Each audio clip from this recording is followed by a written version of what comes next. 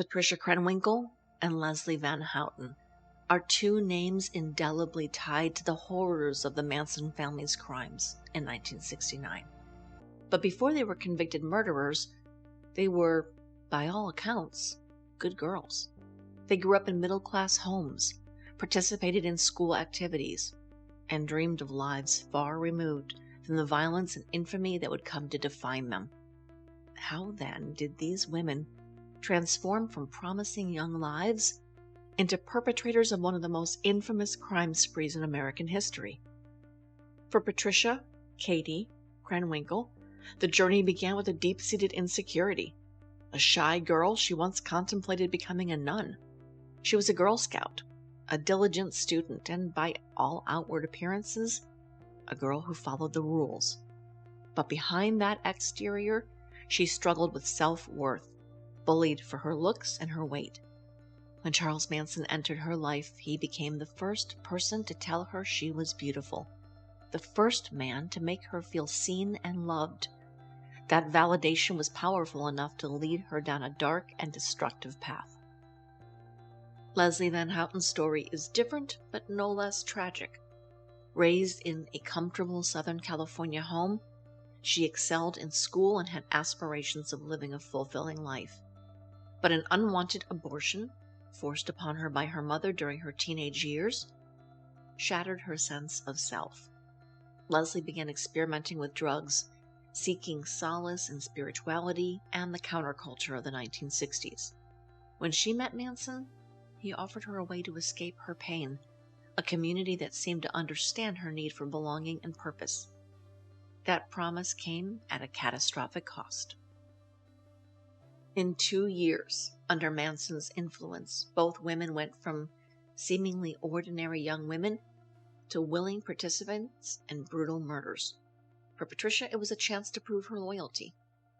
For Leslie, it was a distorted attempt to find meaning in chaos.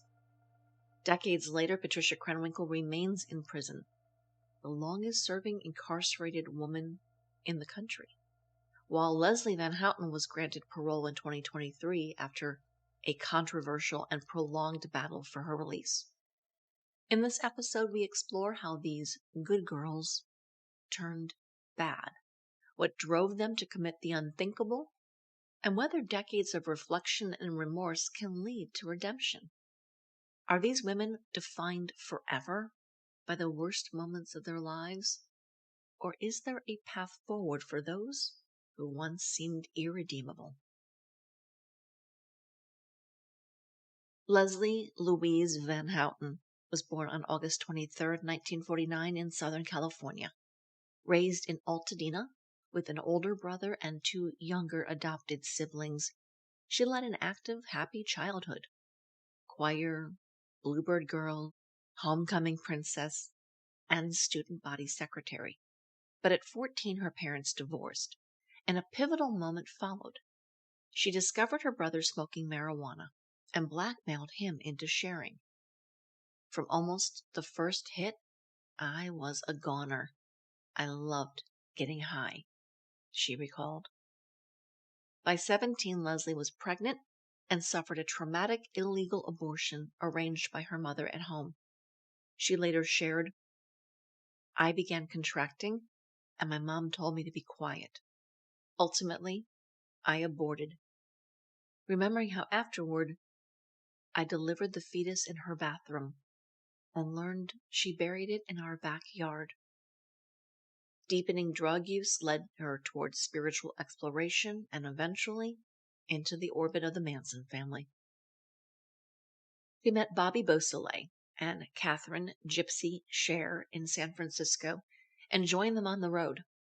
Unbeknownst to her, Gypsy was specifically recruiting pretty girls at the request of Charles Manson, including girls with cars, cash, or credit cards.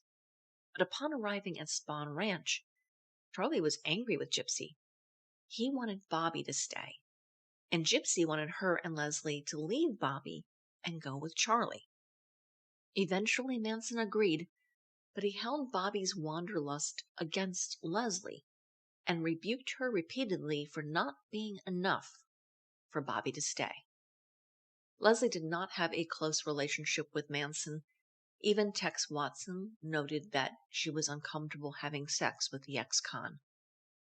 She did, however, bond with Pat Krenwinkle, an act that Charlie orchestrated, much like pimps who break in younger girls by bonding them with older ones.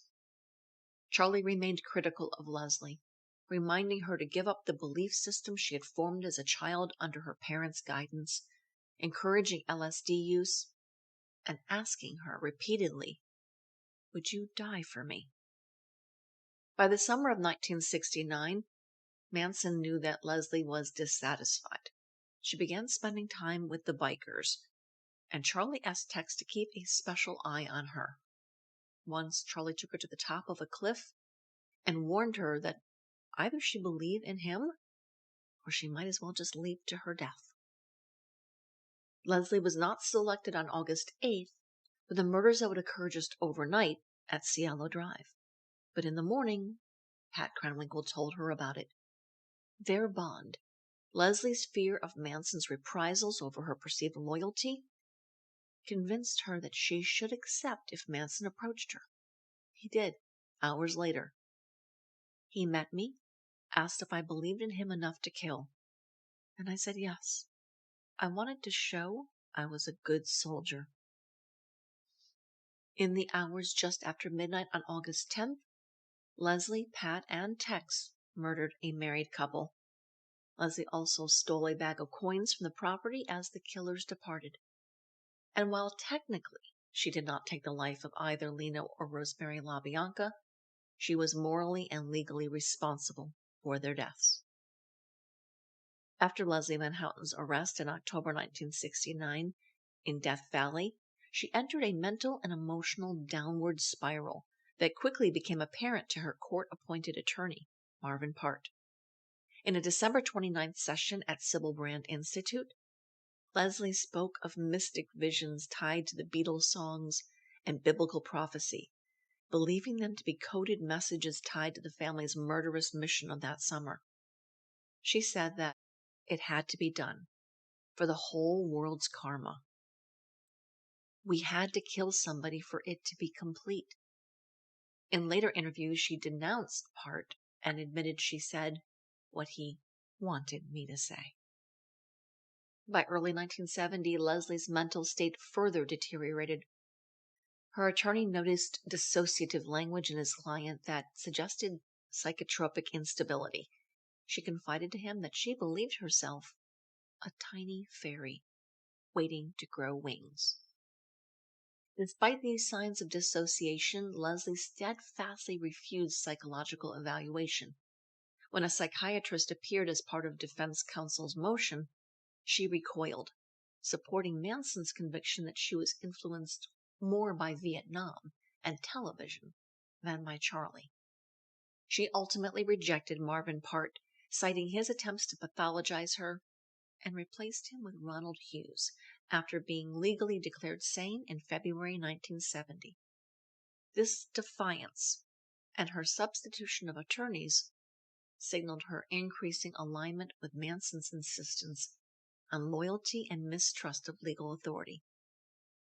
On July 24th, the trial against Manson, Susan Atkins, Patricia Krenwinkle, and Leslie Van Houten began. On January 25th, 1971, all four were convicted. When sentenced, Leslie declared, "Your whole system is a game, you blind, stupid people. Your children will turn against you." On April 19th, Judge Older formally sentenced the killers to death by electrocution. At the time, no death row for female prisoners existed in California, so a special unit was built at the California Institute for Women in Frontera, a specially designated city within Corona, California, in Riverside County. In her first year at Frontera, Leslie, Pat, and Susan lived in near total isolation from the general prison population. They were housed under maximum security conditions, closely monitored, and largely cut off from outside influence. During this period, Leslie remained mentally tethered to Manson and the ideology of the family, continuing to parrot his rhetoric and show little remorse. However, signs of internal conflict began to surface. Reports from the time note moments of depression and emotional instability, hinting at a growing awareness of her situation. Though still loyal to Manson in name, that year marked the quiet beginning of a psychological unraveling that would, in time, lead to her eventual rejection of the cult's teachings and her path toward rehabilitation. On February 18, 1972, the California Supreme Court ruled the death penalty unconstitutional, effectively commuting the sentences of Charles Manson and his co-defendants, including Leslie Van Houten, to life in prison with the possibility of parole. The ruling, while not unexpected, gave Leslie and the other women a faint glimmer of hope that they might someday be released. In the years that followed, they began to face the long process of reintegration within the prison system while navigating shifting legal and emotional landscapes. In early 1973, Mary Brunner and Catherine Scher were also sent to CIW after sentencing for their involvement in a 1971 armed robbery with other members of the family. Mary and Gypsy were initially housed in the same special unit with Leslie, Pat, and Susan. But after it became clear that they were now loyal to Kenneth Como and had not turned away from criminal thinking, the three convicted killers began to distance themselves from them, and eventually Brunner and Scher were moved to Gen Pop. Susan was the first convicted woman of the family to denounce Manson. Leslie a short time later. For Leslie, that shift began during visits with her parents, who brought boxes of family photographs to remind her of who she had been before. In those moments, playing cards and talking about childhood, Leslie began her journey back to herself. In 1975, the special security restrictions were lifted, and Pat, Susan, and Leslie were moved to the psychiatric treatment unit at CIW. There they had more freedom and access to education. That same year, Leslie developed an eating disorder, a psychological response to the weight of what she had done, and began taking classes in women's studies through programs organized by Canadian writer and activist Carleen Faith.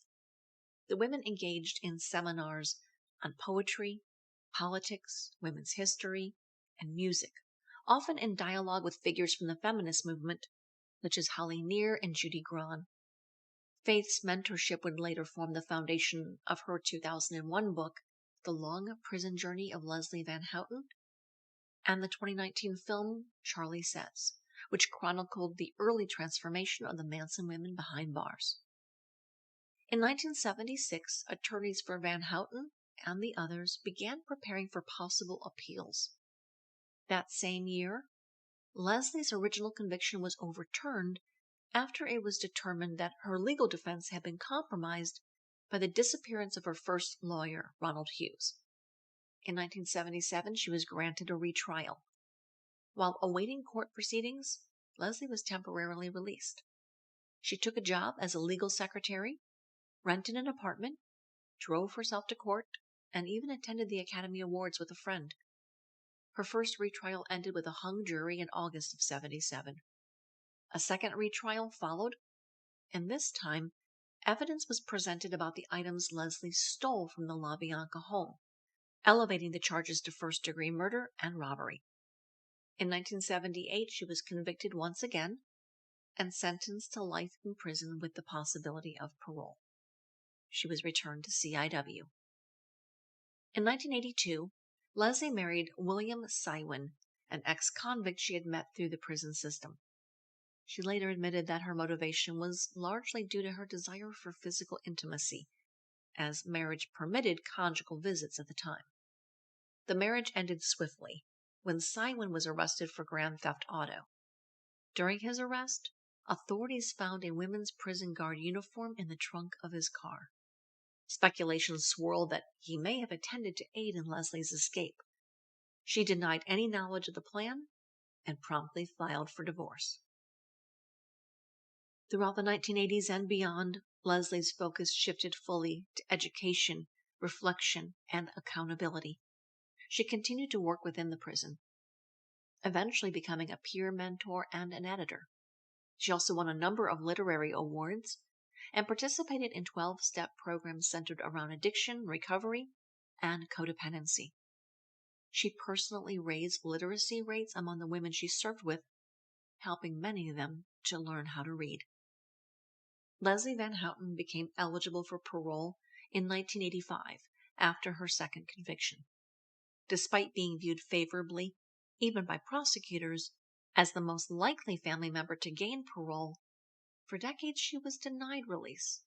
But starting in 2016, the state's Board of Parole Hearings began finding her suitable, acknowledging her decades of good behavior, expressions of remorse, and extensive rehabilitation. Despite this, multiple California governors overturned those decisions, likely for political reasons.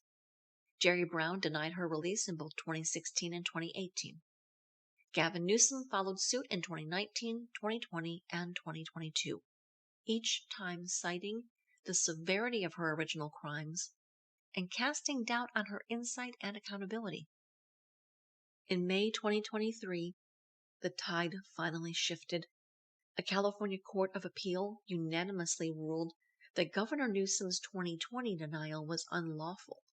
The court concluded that while the crimes were horrific, parole decisions must be based on a person's current risk to society, not solely on the nature of past actions.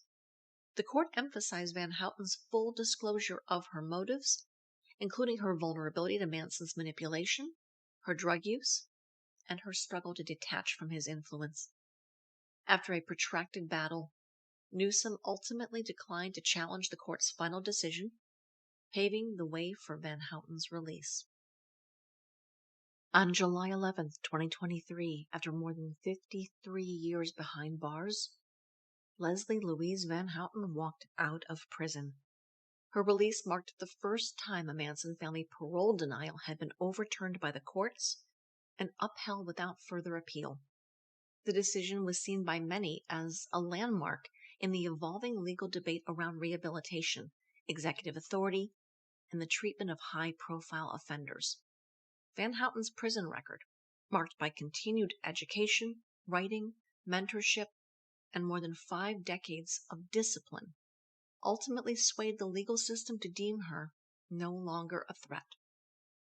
Upon release, Van Houten entered a transitional halfway house in California, a confidential facility designed to support parolees reintegrating into society.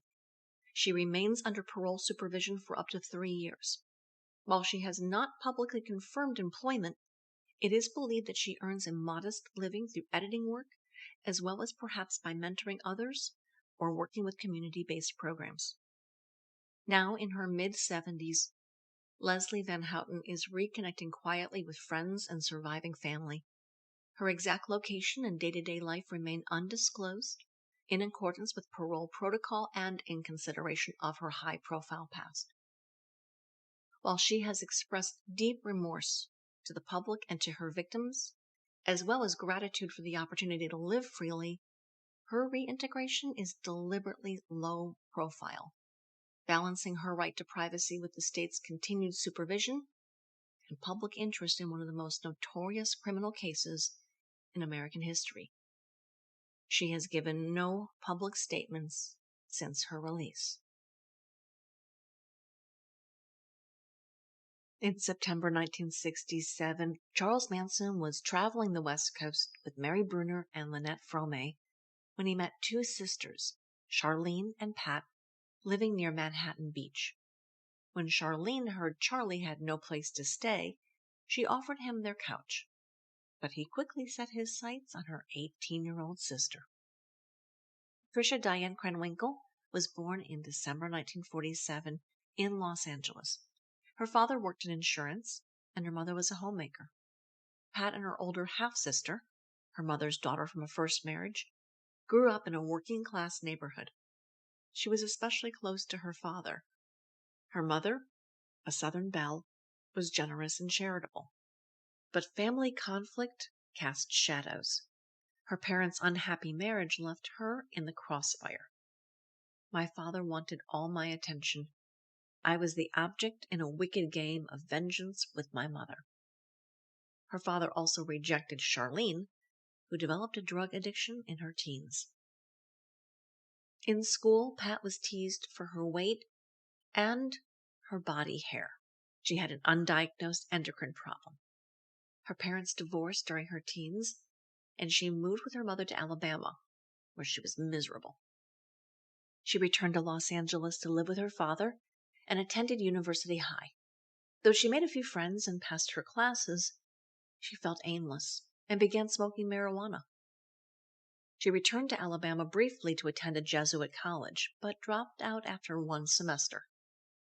Back in LA, she lived with Charlene, who was now a single mother with a young son, and Pat worked as a claims clerk. Her social life centered on a group of Marines at Camp Pendleton.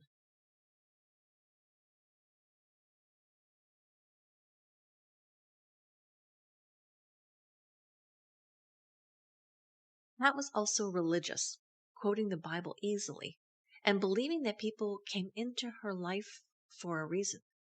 But at home, she was burdened with responsibility for her sister's son and Charlene's instability. She was codependent, insecure, and vulnerable, ripe for Manson's manipulation. He said, "You should never be ashamed of your body." I couldn't believe it. I had always been ashamed of my body. No one had ever called me beautiful. I started to cry. Pat believed she'd met the love of her life. A day later, Manson introduced her to Mary and Lynn. Though shocked, she swallowed her disappointment and accepted the polyamorous setup. At a beach party, Lynette noticed how withdrawn Pat was and took her on a walk, telling her about Manson and their free, loving lifestyle. Lynn urged Pat to join them. Pat had always felt responsible for Charlene and for Ronnie, her nephew, but she was also worn down and felt unloved. "I wanted to please," she later admitted. "I wanted for the first time to feel safe." The group then traveled to Reno, where Manson tried using the girls as prostitutes. The experience was miserable, particularly for Pat, and he gave up the plan. Eventually, the group relocated to Los Angeles, partly to pursue Manson's musical ambitions. Others joined them. One day, Pat and Ella Jo Bailey were hitchhiking when Dennis Wilson, drummer for the Beach Boys, picked them up. After a casual hangout, including sex and snacks at his home, he introduced himself. The family soon moved into Wilson's mansion. But when the group swelled, especially with the addition of Mary Bruner's newborn son, Charlie sent several women, including Pat, to Mendocino to recruit new members. On June 22, 1968, the Manson women were arrested in Mendocino after befriending 3 teenage boys, sharing drugs and sex. When one of the boys allegedly had a bad acid trip, his mother called police. Mary was charged with narcotics possession, while Patricia, Sadie, Ella, and another woman were charged with prostitution. To protect Bruner's custody of her infant son, Katie initially claimed the child was hers. The baby, however, was placed with Charles Manson's parole officer, Roger Smith, and his wife, while the women were jailed. By that summer, the family had moved to Spawn Ranch. The women in Mendocino were released, initially except Mary, and joined the others in Chatsworth. The group took on a commune-like appearance, though there was a hierarchy among the women. Charlie had his front street girls, pretty girls, who he used to lure men into the family, and his back street girls, who were useful for their work and loyalty. Pat later explained, "I was a back street girl. I cooked, did laundry, and took care of the children, though I didn't have one of my own." Author Nikki Meredith later observed, "Manson intuitively knew how to manipulate their anxiety about their place. With one hand, he conferred status. With the other, he took it away." In late 1968, the family headed to Death Valley for a time, but returned to Spawn Ranch by early 1969. The group was growing, and the tension was mounting. Despite Manson's relationships with other women, Pat still harbored the fantasy of building a family with him. He knew how to pay just enough attention to me to keep that fantasy alive, she said. When she seemed unhappy, he would make love to her, flatter her, or otherwise reassert control. But he also warned her that no one else would ever love her like he did. Krenwinkel remembered his escalation of violence.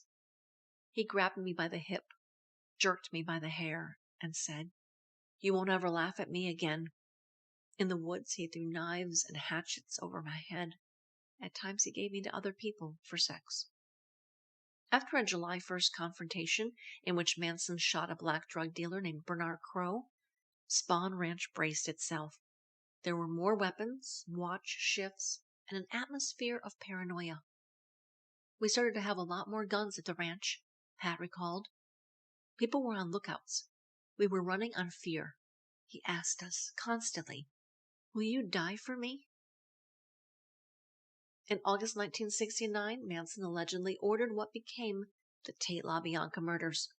Krenwinkel participated in both nights of terror. At the Tate residence, she and Tex Watson chased Abigail Folger across the lawn and stabbed her repeatedly. The next night, she was present for the LaBianca killings as well. After the murders, the family retreated once more to Death Valley. In October, following an arson incident involving an earth mover, the group was arrested. Officers weren't yet aware, however, of their connection to the infamous Helter Skelter murders. Krenwinkel and the others were taken into custody. She was released on bail, which her father posted. She left California and went to her mother's people in Alabama. Despite Charlie's urging to stay hidden, she remained with family in Mobile. On December 1st, 1969, following Susan Atkins' confession to jailmates, Pat was arrested and indicted on 7 counts of first-degree murder and 1 count of conspiracy. She initially claimed to have fled the ranch in fear of Manson and resisted extradition.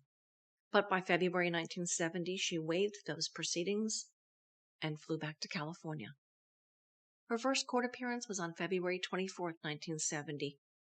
Attorney Paul Fitzgerald argued that her fingerprints at the Tate house could imply she was merely a guest. Meanwhile, the media reported she remained visibly devoted to Manson and showing no remorse. On July 24, 1970, the murder trial began. Pat Krenwinkle entered court hand in hand with Susan Atkins and Leslie Van Houten, later each with a carved X in their foreheads signaling unity with Manson. She did not testify, but she sang Charlie's songs, doodled during proceedings, and appeared eerily serene, demonstrating how fully she'd been consumed by the cult of Manson. During the early months of the trial, Pat's older sister Charlene died of a heroin overdose. We do not know what became of her nephew Ronnie, Charlene's son. With Leslie, Susan, and Charlie, Patricia was found guilty of the Tate LaBianca murders and sentenced to death in early 1971. It took a year in prison at Frontera for Susan Atkins to disavow Manson. It took a couple more years for Leslie to face the consequences of her actions and denounce Charlie. For Patricia Krenwinkle, it took longer. She had not been able to properly mourn her sister Charlene. Her mother only visited occasionally from Alabama. Her father did what he could for his surviving daughter, believing that she, too, was fated for an early death. Meanwhile, she kept in contact with other members of the Manson family. On February 18, 1972, Pat and the others learned that the California Supreme Court ruled the death penalty unconstitutional, and their sentences converted to life in prison, with the possibility of parole. 2 years after sentencing, Pat remained faithful to Manson, keeping a large photo of him on the wall of her cell. She occasionally smuggled letters to Charlie through her attorney, but she also began to grow close to some of the correction officers in the Special Security Wing. At Christmas 1973, she sent gifts to the children of those officers. In October 1975, Pat, Susan, and Leslie were moved from the Special Security Wing of Frontera, where they had served since initially sentenced to death, to the PTU, or Psychiatric Treatment Unit, at the California Institute for Women.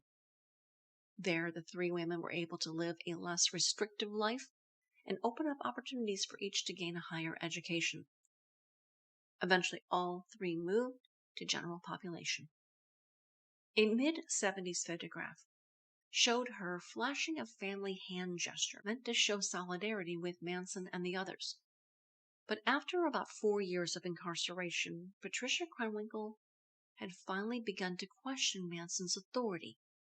The first tentative steps away from Manson occurred because of her relationship with Jean Oliver Carver, who had killed a woman evangelical minister in the course of a robbery, had seen much of the world's dark side, generally, and a lot of the dark side of men, specifically.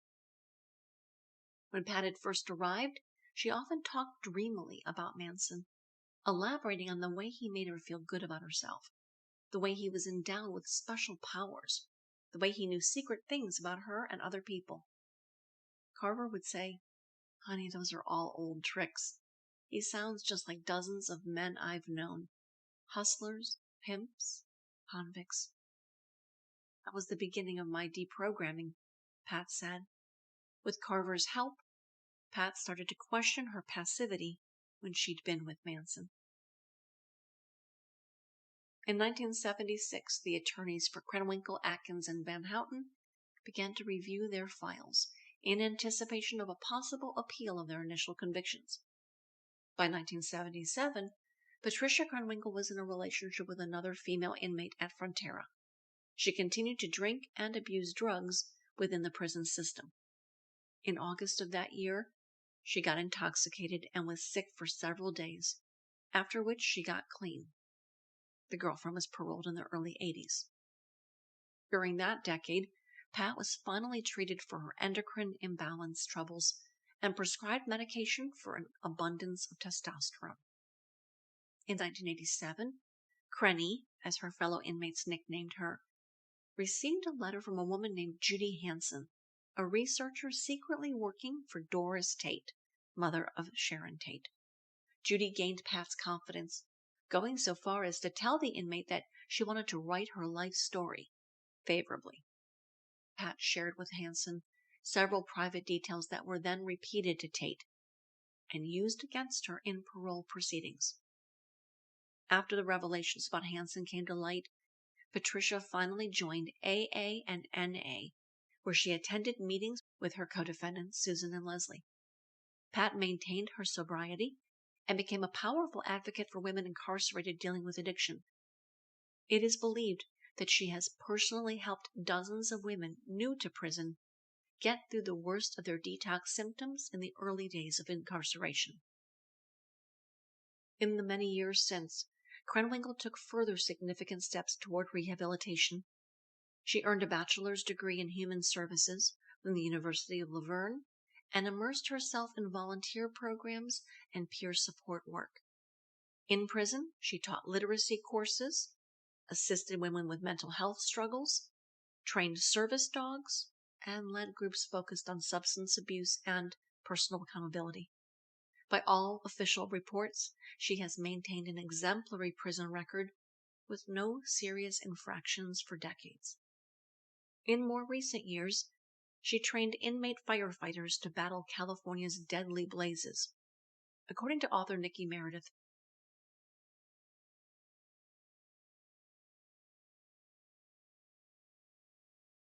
"What happened to that job?" I asked. "I quit," she said. "You didn't like the work?" "I loved the work and I miss it, but the prison cut way back on the amount of training the women received. I just couldn't do it anymore.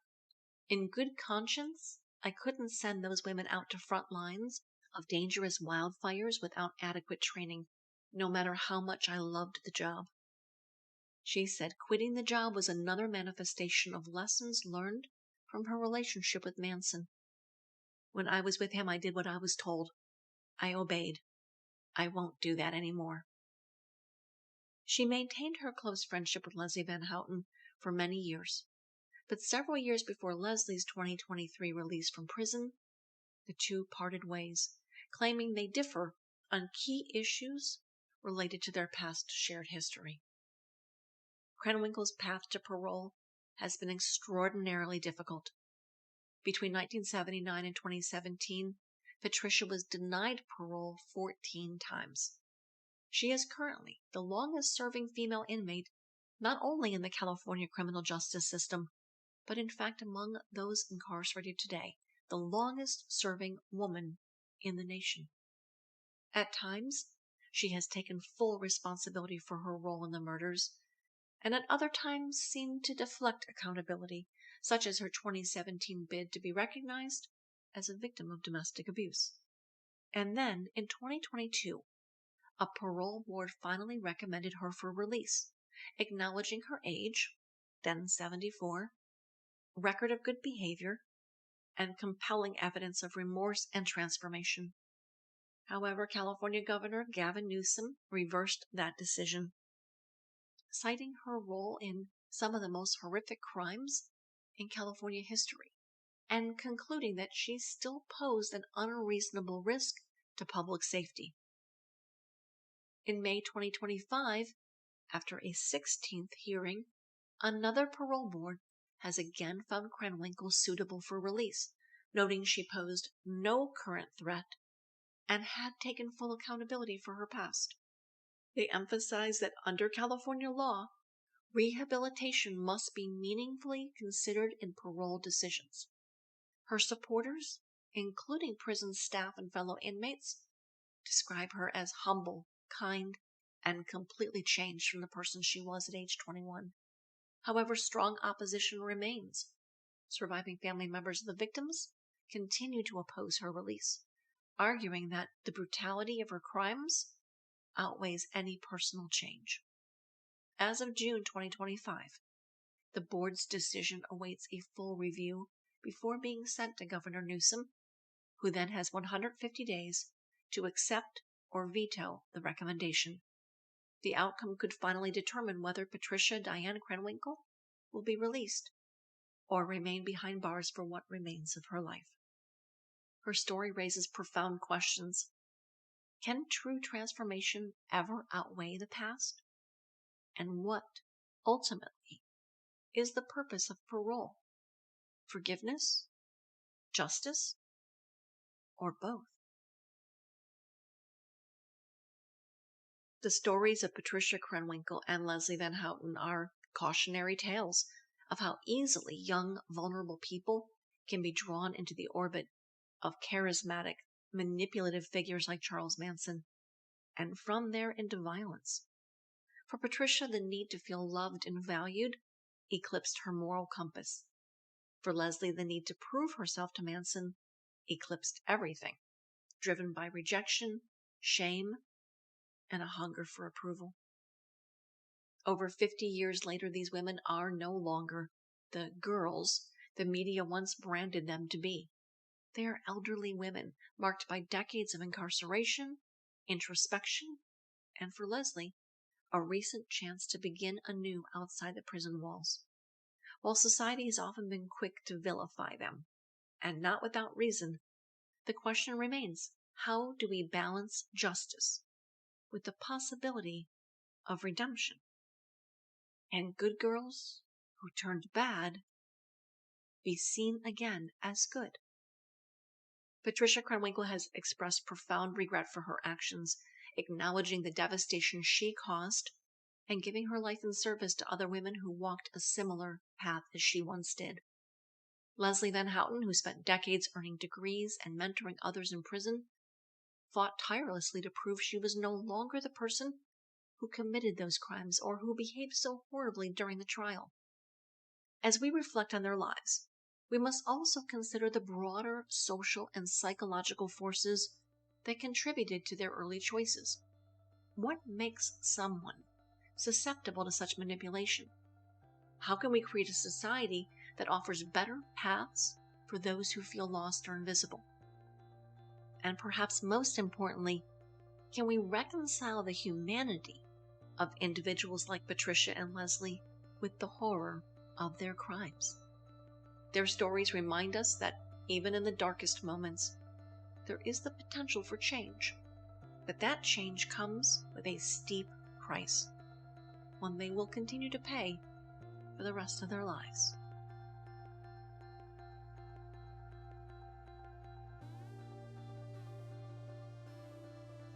In the shadows of the Spahn Ranch and the wreckage of their time in the family, Paul Watkins and Brooks Poston found something rare: brotherhood. Both had once placed their trust and their futures in the hands of Charles Manson, only to awaken to the darkness they'd helped enable. The friendship of Watkins and Poston, forged in the crucible of fear and spiritual confusion, ultimately became a kind of lifeline. They both testified during the Manson murder trials, providing key insight into the cult's mindset and Manson's manipulation.